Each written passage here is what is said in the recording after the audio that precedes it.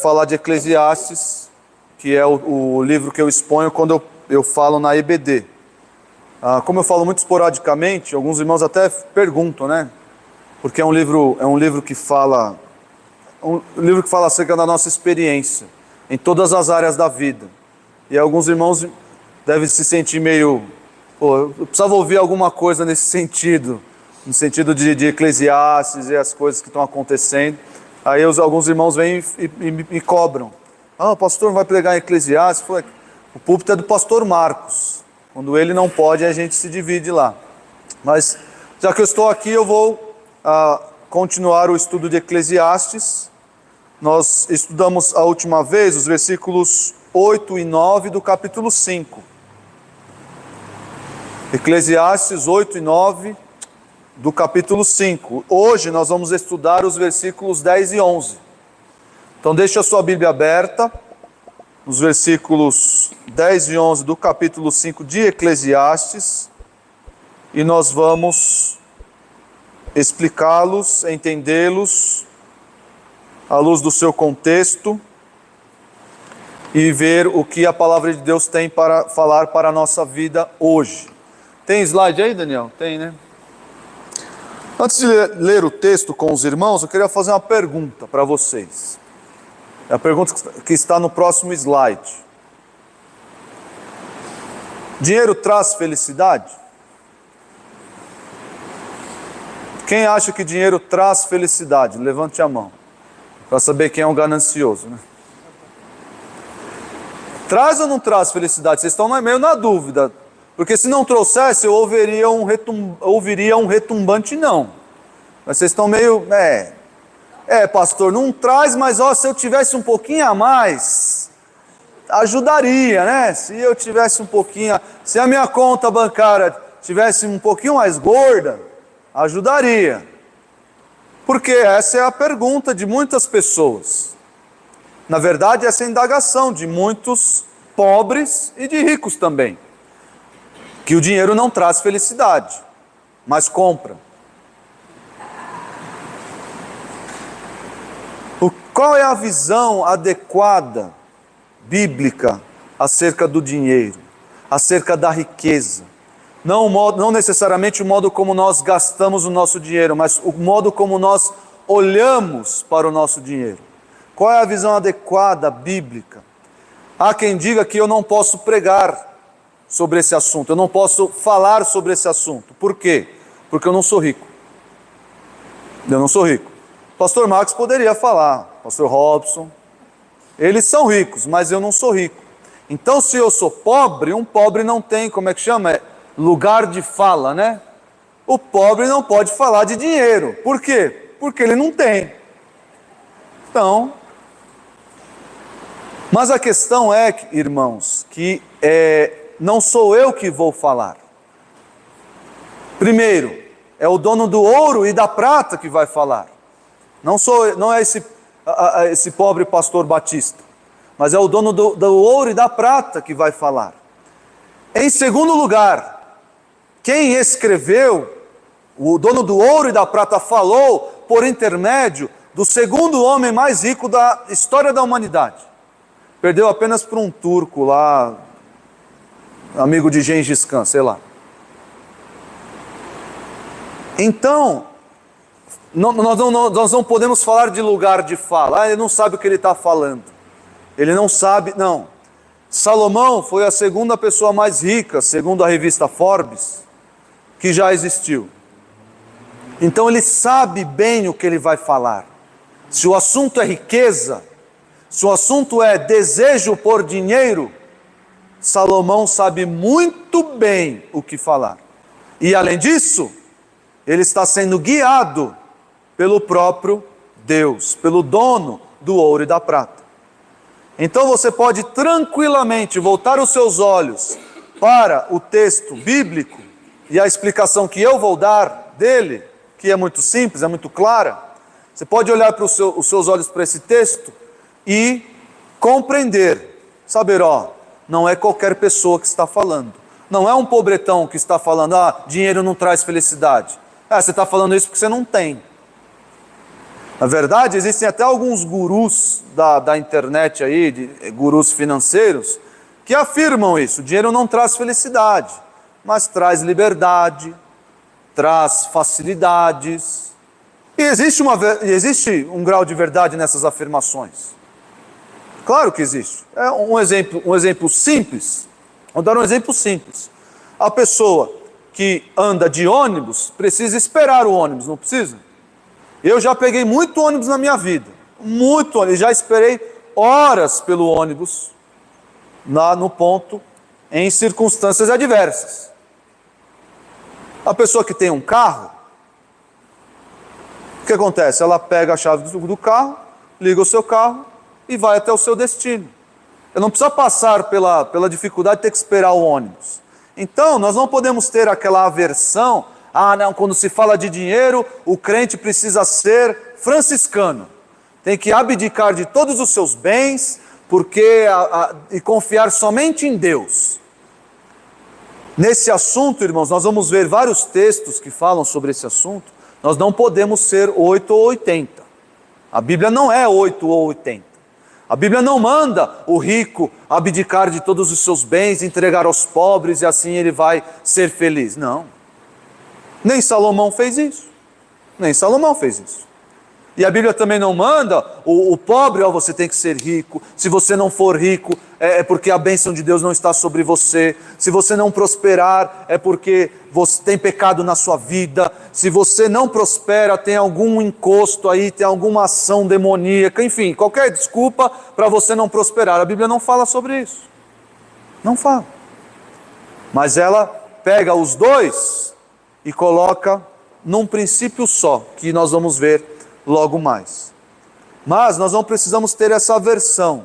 Os pobres não precisam ter aversão aos ricos e os ricos tampouco aos pobres. Porque Deus trata os dois de uma maneira bem peculiar que nós vamos ver hoje. Então vamos ler o texto aí, Eclesiastes 5, versículos 10 e 11. Quem ama o dinheiro, jamais dele se farta, e quem ama a abundância, nunca se farta da renda. Também isto é vaidade. Onde os bens se multiplicam, também se multiplicam os que deles comem. Que mais proveito, pois, têm os seus donos, do que os verem com os seus olhos? Eu já disse isso para os irmãos em estudos passados, mas a tradução do texto de Eclesiastes, ela é bem truncada. Às vezes até a tradução que nós temos, ela não aponta algumas ironias, por exemplo. E a tradução até para o português parece não fazer muito sentido. Por isso que nós precisamos de um contexto, de várias traduções. Eu vou explicar cada trecho dos versículos aqui para os irmãos. Há quem diga que o contexto desses dois versículos, fazendo conexão com os versículos 8 e 9, vai tratar daquela pessoa que deseja enriquecer através da corrupção. Se você olhar os versículos 8 e 9, você vai ver o quê? Você vai ver corrupção. Eu não sei se vocês conhecem esse crime. Eu acho que nós nunca tivemos contato com isso aqui, né? No Brasil, nós nunca ouvimos falar desse crime, né? Corrupção. Eu já ouvi só nos livros de direito penal, só. Na prática, eu nunca vi. Mas os versículos 8 e 9 vão falar dessa opressão social que acontece por causa da corrupção. Especialmente a corrupção do governo. Mas é a corrupção que é realizada, perpetrada por pessoas. O governo não é uma entidade à parte, são as pessoas. E aí, quem ama o dinheiro jamais dele se farta. Há alguns que vão defender que esse amor ao dinheiro é o amor do corrupto, é o amor do ganancioso, que deseja ganhar proveito com a corrupção. O fato é que, havendo esse link ou não, Salomão vai começar a falar. Ele fala até o versículo 12 do capítulo 6, vai falar da relação do homem com as riquezas. Vai falar do homem rico, vai falar do homem pobre, em todo esse trecho, 5, 8 até 6, o final do capítulo 6, 6, 12. Então nós podemos muito bem extrair desses dois versículos, entendê-los corretamente e extrair deles a nossa relação, a relação do sábio com o dinheiro, com a riqueza, por assim dizer. Dinheiro e riqueza, o termo utilizado aqui literalmente é prata. É prata. Mas nós sabemos que é sinônimo para dinheiro, riquezas, bens, enfim. Não quer dizer prata, aliança de prata, nada disso. Então, olha só, o começo do versículo 10. Pode pôr o outro slide aí, Daniel? Nós vamos ver aqui três características, três aspectos da riqueza, segundo esse texto aqui, segundo esses dois versículos. E o versículo 10 vai mostrar para nós que a riqueza, ela é insaciável. A riqueza é insaciável. Ela não vê fim. É aquele velho brocardo, quanto mais tem, mais quer. Quanto mais dinheiro você tem, mais dinheiro você quer. E isso acontece com talvez 99,9% dos ricos. Pessoas se envolvendo em escândalos de corrupção, pessoas que já são ricas. Já viu isso acontecer? Pessoas que já são ricas se envolvendo em esquemas obtusos para ficar ainda mais ricas. Deixa eu voltar aqui fazendo um parênteses que eu não fiz no começo e deveria refrescar a memória dos irmãos aqui. O objetivo do livro de Eclesiastes qual é? É a pesquisa de Salomão para responder a seguinte pergunta: qual é o sentido da vida? Qual é o sentido da vida? E aí Salomão vai pegar e fazer a sua pesquisa, a sua tese de doutorado na vida, no curso da vida, e essa tese tem um lugar de pesquisa. Que lugar é esse? Debaixo do sol. A proposição é: qual é o sentido da vida? Ok, vamos fazer essa pesquisa. Onde essa pesquisa vai acontecer? Debaixo do sol. E nós sabemos, porque já temos o livro todo aqui, que ele vai dar a resposta. Na verdade, ele vai repetir a resposta várias vezes.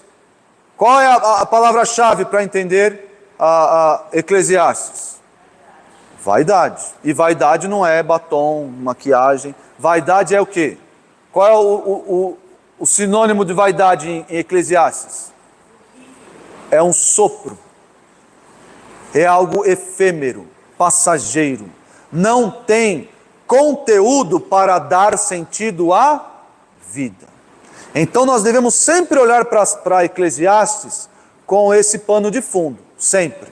Senão a gente vai se desesperar. Vai se desesperar. Por quê? Porque nós já vimos que não há sentido na vida nas riquezas, não há sentido na vida nas amizades. Poxa, nem nos amigos, nem nos amigos. Não há sentido na vida na família. A família não pode dar sentido à sua vida. Os filhos não podem dar sentido à sua vida. Nada disso pode dar sentido à sua vida. Por quê? Porque tudo isso é vaidade. Tudo isso é sopro. É efêmero. Graças a Deus pelo capítulo 12, que vai dar a conclusão da monografia, da tese. Que o que importa para o homem é o quê? Temer a Deus e obedecer os seus mandamentos. Então o sentido da vida, segundo o livro de Eclesiastes, é temer a Deus e obedecer os seus mandamentos. Mas é claro, irmãos, é um livro, poxa pastor, então, que livro sombrio. Mas existem princípios de sabedoria que devem nortear o modo como nós enxergamos a vida. Ou você acha que você é mais sábio que Salomão? Quem aqui tem essa pretensão? Não? Eu não tenho. Então eu quero ser sábio como Salomão. Deus me dera essa graça. Não vou ser tão sábio quanto ele, porque a Bíblia diz que ele foi o homem mais sábio que já existiu, né? Mas eu quero a sabedoria de Salomão para mim. A sabedoria de Salomão está escrita no livro de Eclesiastes. E aí, como lidar com a riqueza, para fins de dar sentido à vida, eu vou aprender aqui, nós vamos aprender hoje. Então, nós vemos aqui no versículo 10, que a riqueza, ela é insaciável. Olha só, quem ama o dinheiro, jamais dele se farta. Alguém tem alguma outra tradução para esse trecho? Não verá o suficiente? Jamais terá o suficiente. Alguma outra tradução? Jamais o dinheiro nunca se fartará de dinheiro. Nunca se fartará de dinheiro. Essa é a tradução mais próxima, mais literal, por assim dizer. Notem bem, notem bem. A pessoa que ama o dinheiro, ela vai buscar o quê? Dinheiro. É óbvio. Ela ama o dinheiro, ela nunca vai se fartar de dinheiro. É a sabedoria milenar que está aqui em Eclesiastes, e todos entendem que a pessoa que mais tem, mais quer. É isso, é isso. Mas por que isso acontece? Por que a pessoa que tem muito dinheiro, mais dinheiro quer? Por que isso acontece? O texto explica. O texto mostra por que isso acontece. Quem sabe? Por que o rico não pode ser rico e estar contente sendo rico? Eu tenho lá, ganhei na Mega da Virada. Quantos milhões? 500 milhões? Tá bom, ganhei 500 milhões. Está chovendo? Está chovendo. 500 milhões na Mega da Virada. Tá bom. Se você ganhar 500 milhões na Mega da Virada, hoje, sem jogar, achou o bilhete premiado no chão, passou na frente da lotérica, olhou no chão assim, olha só, achei.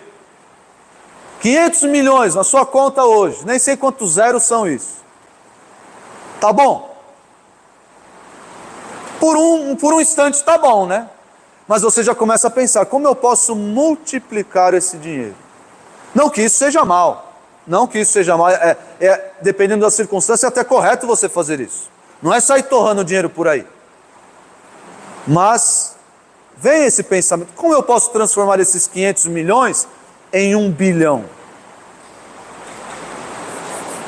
Começa até a coçar Por quê? Porque existe um motivo. Porque o nosso coração tende a esse pensamento. Porque o rico tende a essa insaciabilidade. Por que isso acontece? O texto mostra, o texto diz. Por quê? Quem sabe? Por causa do amor ao dinheiro. É o amor ao dinheiro que causa existe essa palavra? Insaciabilidade? Existe? A gente não usa com frequência, né? Fica até na dúvida se existe. Se não existe, eu sou aluno do pastor Marcos Granconato, então, que inventa palavras. Então, se não existe, passou a existir. Por que a insaciabilidade da riqueza? Por causa do amor à riqueza. Quem ama a riqueza nunca se farta dela, porque ela não tem o conteúdo, ela não tem um condão, ela não tem um propósito de satisfazer o nosso coração. Ela não tem o conteúdo, ela não tem um propósito de dar sentido à nossa vida. É por isso que não vai dar certo. Não vai dar certo amarmos a riqueza. Não vai dar certo eu ter esse coração disposto em buscar, eu quero ser rico e vou atrás, e seja lá os planos que acontecerem, Deus vai me dar aquela coisa toda. Se você ama o dinheiro, pode ser R$1 ou $1 bilhão, você nunca estará satisfeito. Nunca. Nunca. Por quê? Porque você ama algo que não pode te satisfazer. Todos aqui já tiveram sede. Todos aqui já tiveram aquela sede da boca pegar assim? Pegar, a água parece que passou longe há dias. Vocês já tentaram satisfazer a sede com água salgada? Vai dar certo? Vai dar certo satisfazer a sede com água salgada? Eu vou lá no mar, brinquei o dia inteiro no sol, lá, joguei vôlei, beach vôlei, e brinquei, corri, enfim, estava lá no sol o dia inteiro, me deu uma sede, uma baita de uma sede. Eu vou lá no mar, vai satisfazer a minha sede? É isso que a riqueza não consegue satisfazer o homem. A riqueza é água salgada que para a sede do homem não presta. Não presta. Não adianta eu amar o dinheiro, amar a riqueza e achar que isso vai me dar um senso de completude, de propósito, de alegria, de felicidade, porque não vai. Essa sede que nós buscamos só pode ser satisfeita com a água pura, cristalina, filtrada, de preferência com gás, do Evangelho de Deus. Eu falei com gás, alguns irmãos... água com gás é salgada.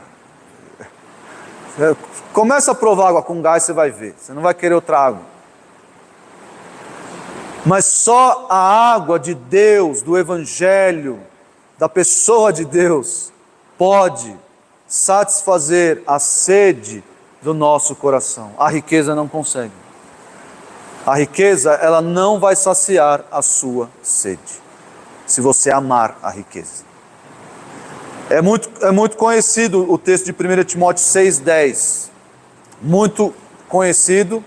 Os irmãos sabem até de cor, pelo menos a primeira parte, que diz que o amor ao dinheiro é a raiz de todos os males.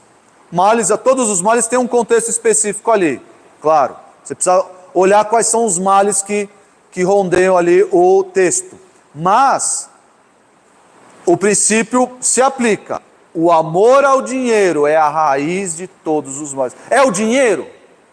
Não é o dinheiro em si, mas é o amor ao dinheiro. O dinheiro é bom, o dinheiro é Deus que dá, é Deus que tira.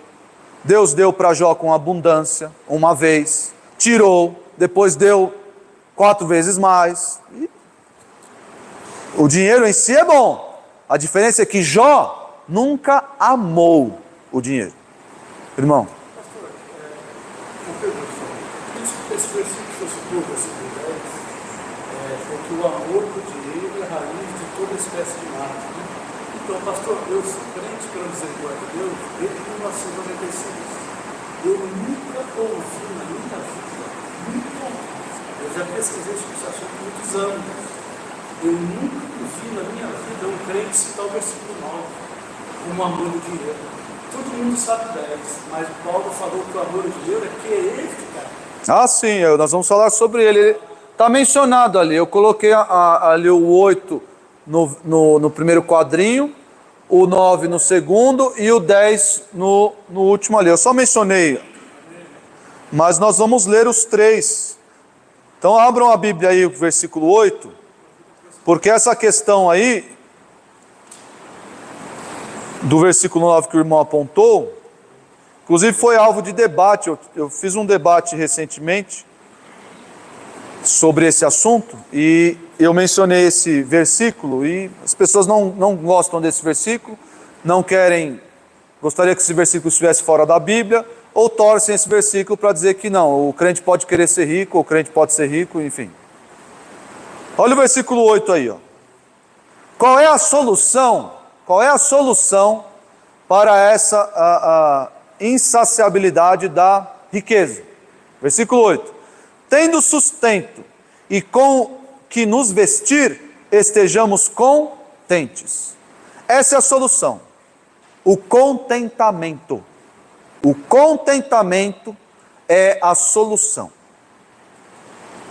Você está aí triste com o seu salário, você está descontente com a sua posição bancária, você está descontente com seus boletos são maiores do que o seu salário, o seu patrimônio é praticamente inexistente.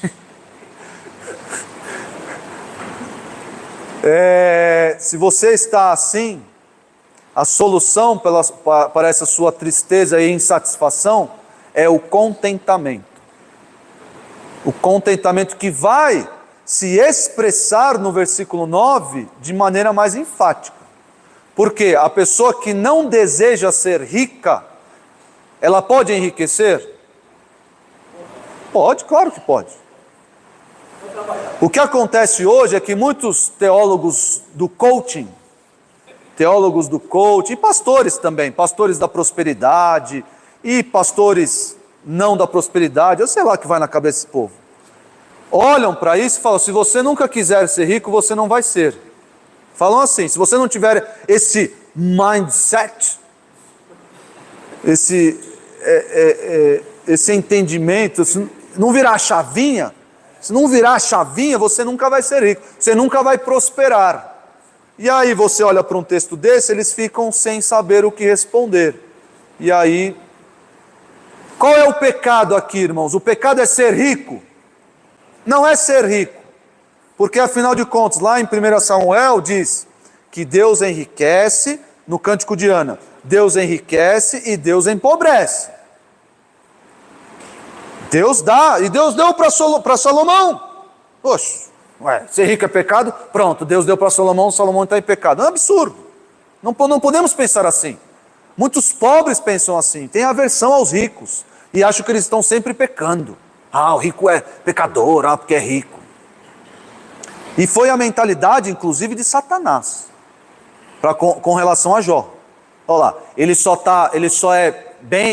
é um servo fiel por causa das coisas que ele tem. É a mentalidade de Satanás. Você pensa assim com relação ao seu chefe, com relação ao seu parente que às vezes é rico e você não deu muito bem na vida. Se você pensa assim, é o pensamento de Satanás. Ele só está bem aí porque ele tem grana. Não. O pecado não é ser rico. O pecado é desejar ser rico. E o que é desejar ser rico?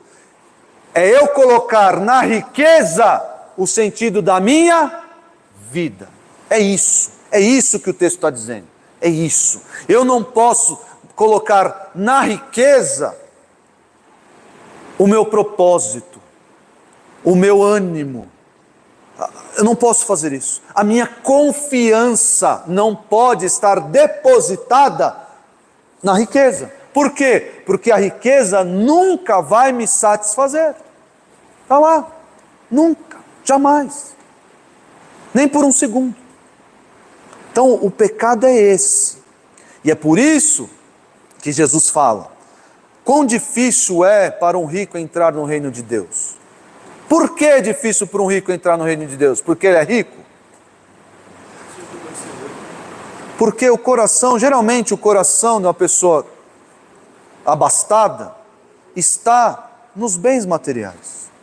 A sua segurança, e naquela época existia um pensamento de que, especialmente por causa dos rituais judaicos, os ricos eles podiam dar animais com abundância para o sacrifício judaico, para os levitas.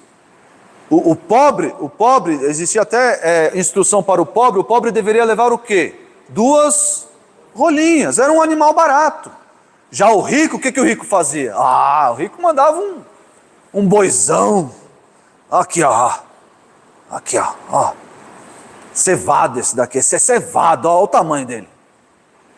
E aí existia a mentalidade de que eu estou comprando o favor de Deus, eu estou comprando a minha salvação. Por quê? Porque eu tenho grana. E a confiança desse camarada estava onde? Em Deus?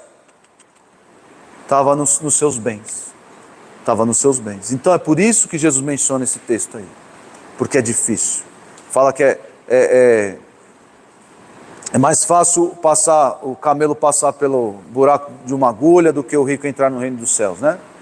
Sendo a agulha de costura ou a agulha a porta, o pessoal faz... É que eu vi recentemente um teólogo de internet, esses novos teólogos de internet aí, falando que a agulha não é bem agulha, você entendeu tudo errado, 2000 anos e todo mundo entendendo tudo errado da Bíblia, e só ele agora descobriu que a agulha era uma porta que ficava lá em Jerusalém, que o camelo tinha que tirar as cargas para poder abaixar e passar. Então, para você entrar no reino do céu, você tem que deixar as cargas para trás e passar na porta. Meu Deus, é uma nova interpretação, enfim. Cuidado, gente, cuidado com esses teólogos de internet, viu? Cuidado. Mas enfim, o texto está dizendo ali que o rico ele tem o coração na riqueza. E Salomão está repetindo isso em Eclesiastes. Volta lá para Eclesiastes. A segunda parte do versículo, Eclesiastes 5:10. Quem ama o dinheiro jamais dele se farta, e quem ama a abundância nunca se farta da renda. Olha só que interessante. Aqui, o entendimento desse trechinho aqui vai englobar até os pobres. Porque renda, nunca se farta da renda, dá a ideia de salário. Você está contente com o salário que você recebe hoje? Se eu fizesse uma pesquisa anônima aqui, eu acho que 99% ia vir, tô não. Eu sempre acho que eu recebo menos do que eu deveria. E aí você recebe o aumento. Tá lá, recebeu o aumento. E aí o coração continua insatisfeito. Eu acho que eu deveria receber o dobro. Aí você vai lá e recebe o dobro. O seu chefe chega, está aqui, eu acho que você tem feito um excelente trabalho, está aqui o dobro. Aí, nossa, uau! Aí você começa, faz planos, leva a esposa para jantar, e aquela festa, aí passa 2, 3, 4 meses. Eu acho que eu não estou recebendo o suficiente. Você quer mais. É a ideia aqui. Todos nós, quando nos sobrevém esse pensamento de não está suficiente, é exatamente o contrário do versículo 8 de 1 Timóteo 6. Tendo com que vestir e comer, estejais contentes. É o contentamento. Eu estou recebendo 1.000, estou contente. Estou recebendo 2.000, estou contente. Estou recebendo 20.000, estou contente. Independente da circunstância. Aliás, se você quer uma dica para enriquecer, não tem problema em enriquecer. Não coloque a sua confiança na riqueza, mas não tem problema em enriquecer. Quer uma dica para enriquecer? Receba, você com um salário de 1.000, no dia que você receber um aumento para 2.000, continue vivendo como se você ganhasse 1.000. E assim você consegue enriquecer, continuando vivendo como se tivesse 1.000. Fica a dica aí dos gurus do financeiro. Mas isso aí é verdade e é bom fazer isso. Porque o problema do brasileiro qual é? O brasileiro recebe 1.000 e vive como se tivesse 10. Já viram aquela piadinha lá do cara fez? Não, porque eu recebo 10.000 e o limite do cartão é mais 10.000. Então eu tenho 20.000 de entrada, de salário. Esse é o normal, é o padrão brasileiro nosso de cada dia. Mas, se você souber fazer as coisas direitinho, e essa é uma boa dica, viver sempre abaixo da sua renda. E aí ele já fala na cara qual é a conclusão dele. Isto também é vaidade, sopro. A riqueza não pode nos saciar. Veja aí Provérbios 23, 4 e 5.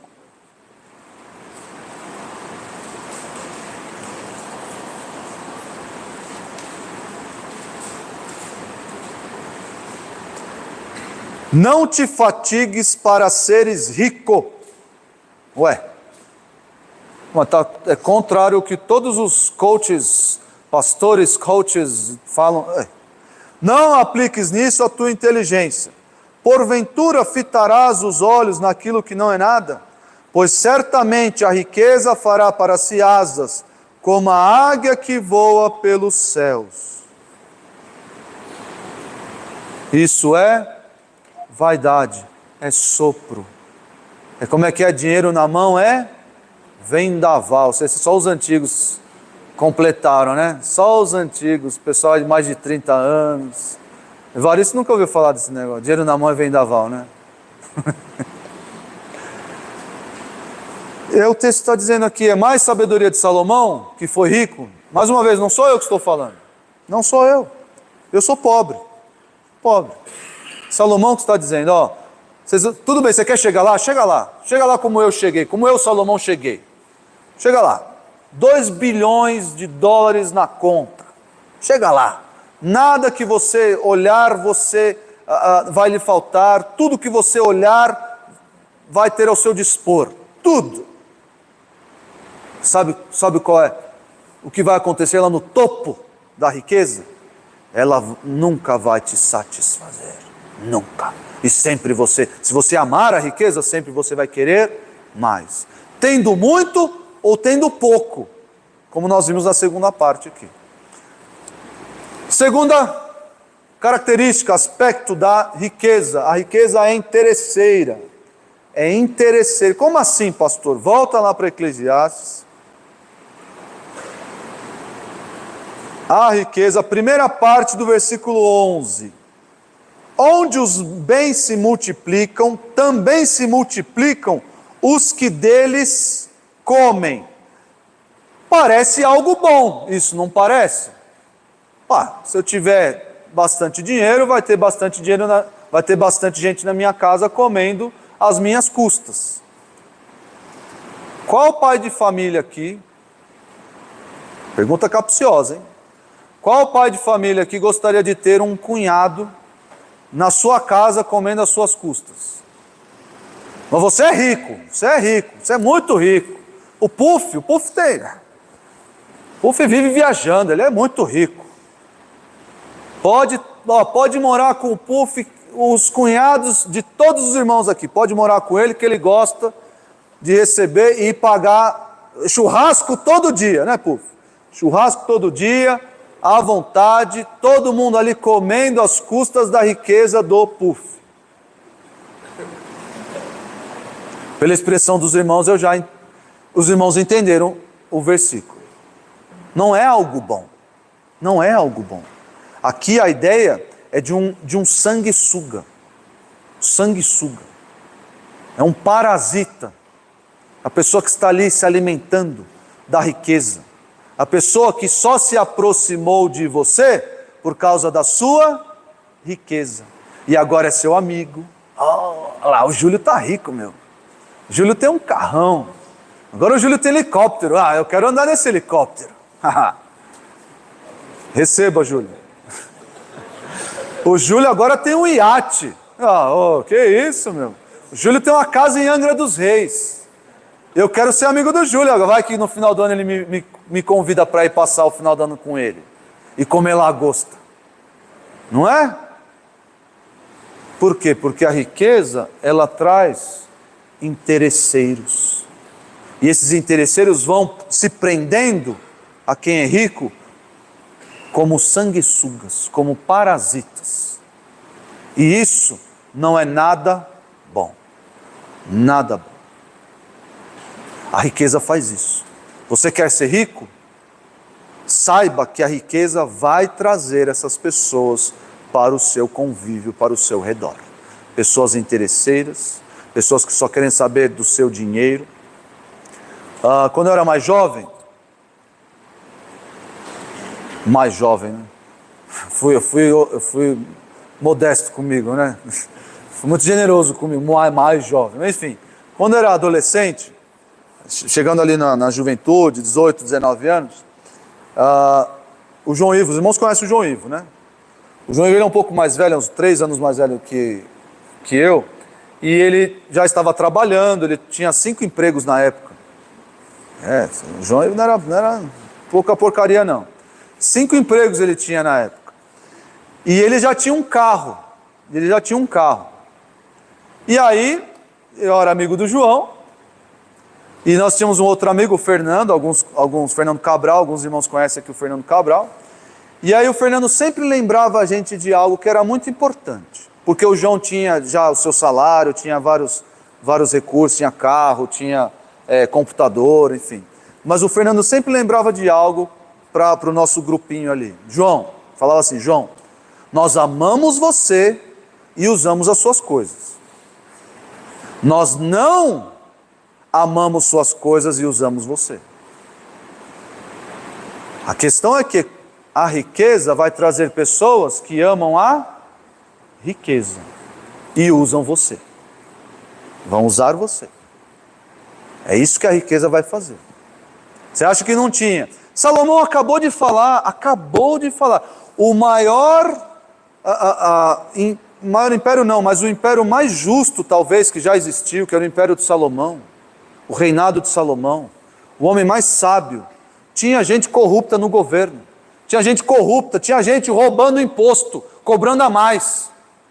Tinha gente que chegava, o rei exigia quanto de imposto? 10%. Aí o camarada ia lá, é 15%. Aí esse camarada ia lá, é 20%. Aí esse, até chegar no último, já deveria estar uns 55% de imposto.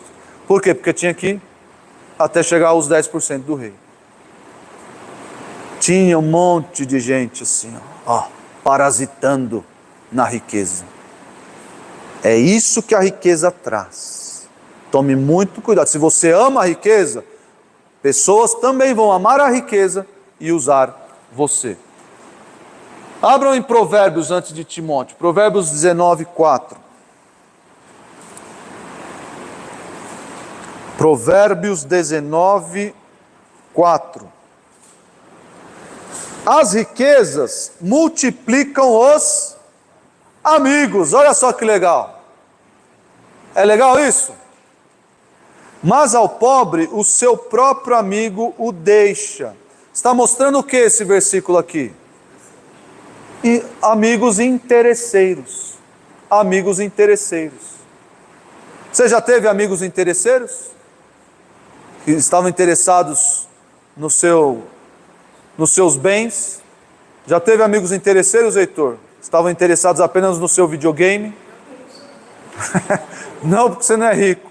Mas não precisa ser rico para ter amigos interesseiros. Basta você ter alguma coisa que esse amigo se interesse.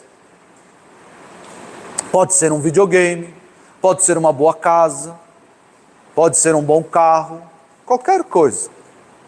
Se esse amigo se interessa pelo objeto, ele vai se aproximar de você e vai virar um amigão. Amigão. E a riqueza tem esse condão aí. Vejam aí, vamos voltar lá para 1 Timóteo 6:9. E aí o versículo que o irmão mencionou ali. Vou ler o resto dele, né? Os que querem ficar ricos caem em tentação e cilada, e em muitas concupiscências insensatas e perniciosas, as quais afogam os homens na ruína e perdição. Meu Deus! É pouca coisa ou é muita coisa aqui? É assim. Vocês já foram em algum lugar que houvesse um precipício? Já foram em algum lugar? Geralmente tem aqueles lugares em que a rua está bloqueada. A rua está bloqueada, você não pode entrar naquela rua, porque ela está bloqueada porque tem um buraco, porque tem um precipício. Quantos sinais vocês acham que deve ter nessa rua para informar as pessoas e que tem um buraco ali? Não, só uma plaquinha basta. Você acha que é só uma plaquinha, tem um buraco aqui, mas fica tranquilo, não vai dar nada. Esse versículo tem um monte de placa falando, você quer ser rico? Cuidado! buraco, precipício à vista, concupiscências insensatas e perniciosas, os homens se afogam na ruína e na perdição. Cuidado, não vai por aí, não, esse não é o caminho. Você quer ser rico, cuidado. É isso que o texto está mostrando, colocando um monte de aviso para você não ter o seu coração na riqueza, não colocar o amor no dinheiro. É isso, nem por um segundo sequer, nem pela quantia menor que for. Aqui você pode estar pensando, eu não amo a riqueza. Se você já teve um pensamento de que o seu salário é pouco, você amou por algum tempo o dinheiro. O dinheiro. É simples assim, qualquer um de nós pode ter esse amor pelo dinheiro, não só o rico. Qualquer um de nós. Qualquer um de nós. Está funcionando isso aqui? Som. Agora vai, hein? E por fim, irmãos, para caminhar para o final, a riqueza, ela é insatisfatória. Em que sentido, pastor? Insaciável e insatisfatória não é a mesma coisa? Não são sinônimos? Eu vou explicar o versículo 11 para os irmãos. Onde os bens se multiplicam, também se multiplicam os que deles comem. Essa primeira parte que nós colocamos ali como a riqueza sendo interesseira. Segunda parte do versículo. Que mais proveito, pois, tem os seus donos do que os verem com os seus olhos? Meio truncada essa tradução, né? Meio truncada. Alguém tem alguma outra tradução para esse trechinho? Segunda parte do versículo 11. A não ser contemplá-lo com os olhos. Deu quase na mesma. Parece algo bom também, né? Pois que ganho há para os donos dessas riquezas, além de ver com os seus olhos. Vocês lembram, os mais antigos aqui, né? Vocês lembram daquele desenho, o Tio Patinhas? Na verdade o desenho não chamava Tio Patinhas, mas vocês lembram do personagem, o Tio Patinhas? O Tio Patinhas tinha um cofre cheio de moedas, não era? E tinha lá a moeda número 1, que era a moeda que ele mais amava, que ele mais adorava, e ela estava lá separada, e ele olhava aquela moeda e prezava aquela moeda. Aqui ele não está falando de que o rico ele vai sentar, olhar para a sua riqueza, que bênção, e vai sentir aquela paz no coração. O Júlio vai sentar lá no seu iate, vai olhar para a sua casa em Angra dos Reis, e todos os seus empregados ali servindo lagosta, ele fala, não, agora eu estou por cima da carne seca, né? Então, eu estou satisfeito em minha vida, achei o sentido da vida. Não é isso. Não é isso que ele está dizendo. Essa ideia da segunda parte, pois que ganho há, é uma pergunta retórica. É uma pergunta retórica. Do que ele mostrou, quem tem dinheiro, quem tem riqueza, sempre quer mais. Sempre quer mais. Quem tem renda, sempre está insatisfeito com a sua renda. Quem é rico, sempre vai ter pessoas interesseiras ao seu redor. Qual é então o ganho, a satisfação que o rico tem em observar essas coisas acontecendo? É uma pergunta retórica. Qual é a satisfação? Ele parar e olhar para isso tudo acontecendo. Pessoas se fartando da sua riqueza. Pessoas ali chupinhando. Sabe o que é chupinhar? O que faz a sanguessuga, né? Ali, parasita. O cara lá ralando, o cara construiu uma riqueza grande, vasta, e tem gente lá, parece o governo brasileiro, né? Olha lá, só vivendo da mamata. É a mamata. Qual é a sensação? Qual é o proveito? Qual é o ganho? O que esse camarada ganha com isso? Insatisfação. Insatisfação. Ele não ganha satisfação nenhuma em ver isso acontecendo. É a mesma. Agora os irmãos vão se relacionar. É o mesmo sentimento que nós temos. O mesmo sentimento que nós temos quando nós pagamos um mundaréu de impostos e não vemos isso aplicado corretamente no governo. Já teve essa sensação? Sabe onde você vai ter essa sensação? Quando você for numa repartição pública. Você vai ver o seu dinheiro bem investido, bem aplicado. Sabe onde você vai ter essa sensação? Tenta marcar uma consulta no oftalmologista do SUS. Tenta marcar. Marca. Vê quando. Quando vai ser marcada a sua consulta no oftalmologista do SUS. E lá, e o imposto lá. É uma sensação horrível. É uma sensação de insatisfação, de indignação. E a riqueza, nesses moldes aqui, vai causar exatamente isso. Essa insatisfação amarga. O cara vai olhar para isso, gente lá, comendo da sua riqueza e ele sempre querendo mais. Ele vai olhar para tudo isso e vai sentir um profundo vazio, uma profunda insatisfação com a circunstância ao redor. É isso que a riqueza faz. Eu não sei se eu vou conseguir ouvir o irmão, hein? Vai ser um desafio.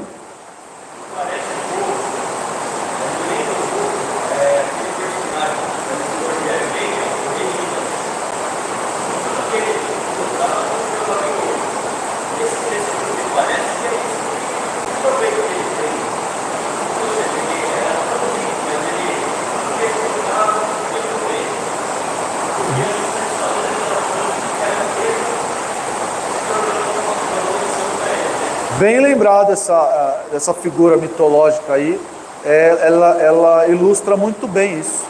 É alguém que tinha a riqueza na ponta dos seus dedos, mas isso era para ele maldição. Isso nunca satisfazia, nem a ele, nem os que estavam ao seu redor. Todos queriam dele, queriam usá-lo, mas ninguém amava ele, mas que amava o que ele poderia produzir.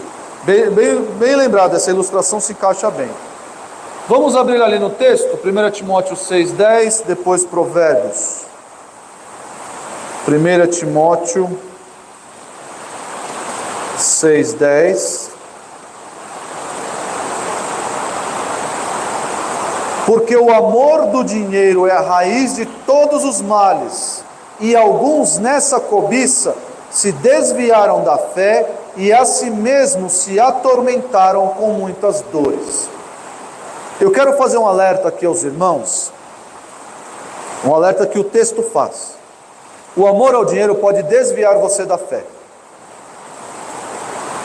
É isso que pode acontecer. Se você amar o dinheiro, você pode se desviar da fé. Por quê? O objetivo de Deus sempre foi que nós o amássemos. O nosso coração, a todo momento. Qual é o mandamento? Bom, os 2 mandamentos que Jesus resumiu a lei lá, os 10 mandamentos. Amarás o Senhor teu Deus de todo o teu coração. Todo o teu coração. Não, é um lugarzinho Deus e outro lugarzinho a minha conta bancária, os meus investimentos, os meus bitcoins. Aí, se eu ficar sem os meus bitcoins, aí a vida perde a graça, a vida perde a alegria, perde o sentido. A vida perde o sentido se eu não tiver a minha conta bancária, os meus investimentos, o meu patrimônio. Ame o Senhor teu Deus de todo o teu coração, de todo o teu entendimento, de todas as tuas forças. Deus não quer dividir o teu coração com a riqueza. Ele não admite isso. Se a riqueza entrar no teu coração, Deus não vai admitir isso. Logo você vai se desviar da fé. É o que o texto diz. Alguns nessa cobiça se desviaram da fé. E além disso, além do desvio doutrinário, do desvio do caminho, o que acontece? A si mesmos se atormentaram com muitas dores. Aqui, dores pode ter um sentido amplo. pode ter um sentido amplo, mas dores pode se relacionar com problemas físicos advindos de uma vida imoral. Entenderam isso? A pessoa que tem muito dinheiro, ela passa a andar de forma imoral. Ela passa a andar com prostitutas, passa a ir a festinhas de ricos onde há essas coisas. E isso vai gerar doenças físicas, dores físicas, doenças sexualmente transmissíveis. Então, porque Paulo vai falar a Timóteo, já falou a Timóteo acerca da imoralidade sexual. Então, esse assunto está fresco na memória. Está fresco na memória da carta. Pode ser isso, mas o sentido dores é um sentido amplo. Um sentido amplo. Mas cabe esse sentido específico. E isso acontece. Nós sabemos que isso acontece na prática. Vazou na semana passada, houve um escândalo aí relacionado a um bilionário norte-americano, chamado Jeffrey Epstein. A mídia não falou sobre isso. Os irmãos não vão ver isso na Globo, tampouco vão ver isso nas grandes mídias aí. Mas esse homem, ele tinha uma ilha, chamada Ilha dos Prazeres, mais especificamente a Ilha da Pedofilia, em que esse homem levava multimilionários, bilionários para essa ilha, a fim de satisfazer os desejos sexuais com menores de idade. E tem lá uma lista de várias celebridades, gente conhecida lá, está lá a lista. A investigação ainda está acontecendo, mas pipocou isso. O Jeffrey Epstein já morreu, enfim, na verdade eu acho que mataram ele por causa disso. Mas as informações estão vindo à tona, de que quanto mais grana, mais você está suscetível a se envolver com imoralidade sexual. E imoralidade assim, que nós não conseguimos imaginar. Essas pessoas parecem que chegam no fundo do poço da moralidade e encontram maneiras de cavar e de satisfazer os seus desejos perniciosos, malignos, perversos. Tomem muito cuidado com o amor ao dinheiro. Pode levar por um caminho muito escuro e imoral. Olha só agora Provérbios, para finalizar. Provérbios 18, 24.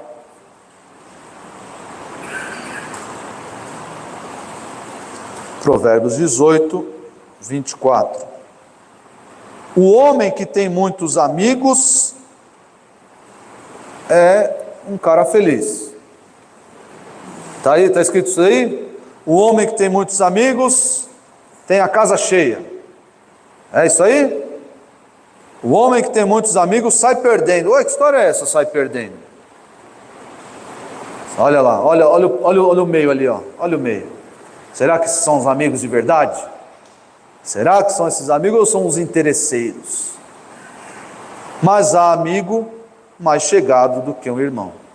Esse amigo mais chegado que um irmão, ele está ali nas exceções. Exceção da exceção, e são poucos, né? São poucos. Alguém tem alguma pergunta? Essa é a explicação dos versículos 10 e 11 de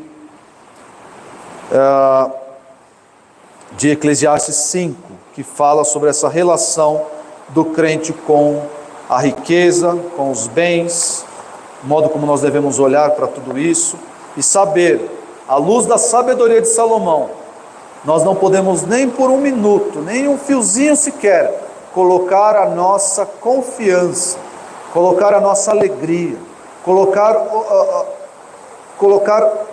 a nossa satisfação na riqueza. Por quê? Porque ela nunca vai nos dar. Nunca. Eu sempre termino o estudo colocando um slide. Pode colocar, Daniel, um slide? O sentido na vida, o sentido da vida está no contentamento em Deus. O apóstolo Paulo diz que ele sabia viver em toda e qualquer circunstância. Ele soube passar por fartura e por escassez, doença, saúde, qualquer circunstância, o apóstolo Paulo estava contente. E como é que ele resume, depois de apresentar essas circunstâncias, o que ele diz? É um versículo, talvez o versículo mais mal utilizado da Bíblia. Como é que ele diz?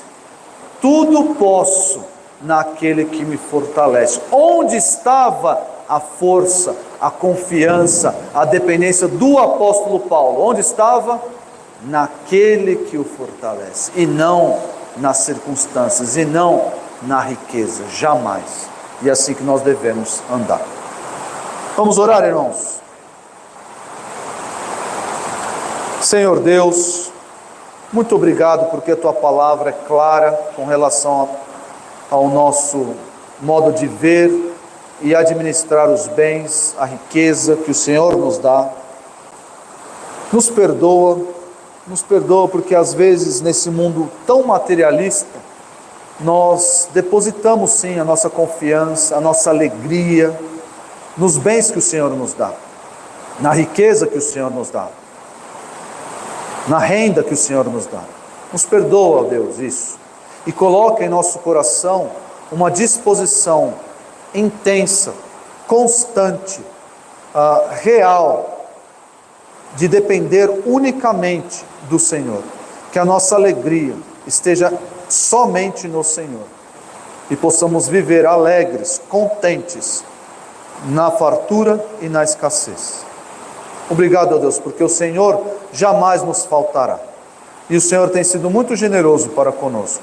Nós não podemos reclamar de nada, porque o Senhor é generoso, o Senhor nos sustenta, o Senhor nos surpreende sempre. Quando nós pensamos que estamos no fundo do poço, o Senhor está conosco. Obrigado, ó Deus, por Tua presença. Ajuda-nos a viver assim sempre, tendo pouco ou tendo muito. Nós pedimos que o Senhor nos proteja agora, na volta para a nossa casa. Proteja os irmãos, faça essa chuva parar, amenize a chuva para que todos possam chegar em seus lares em segurança, tranquilos, com essa palavra Tua no coração e na mente. Em nome de Jesus, amém.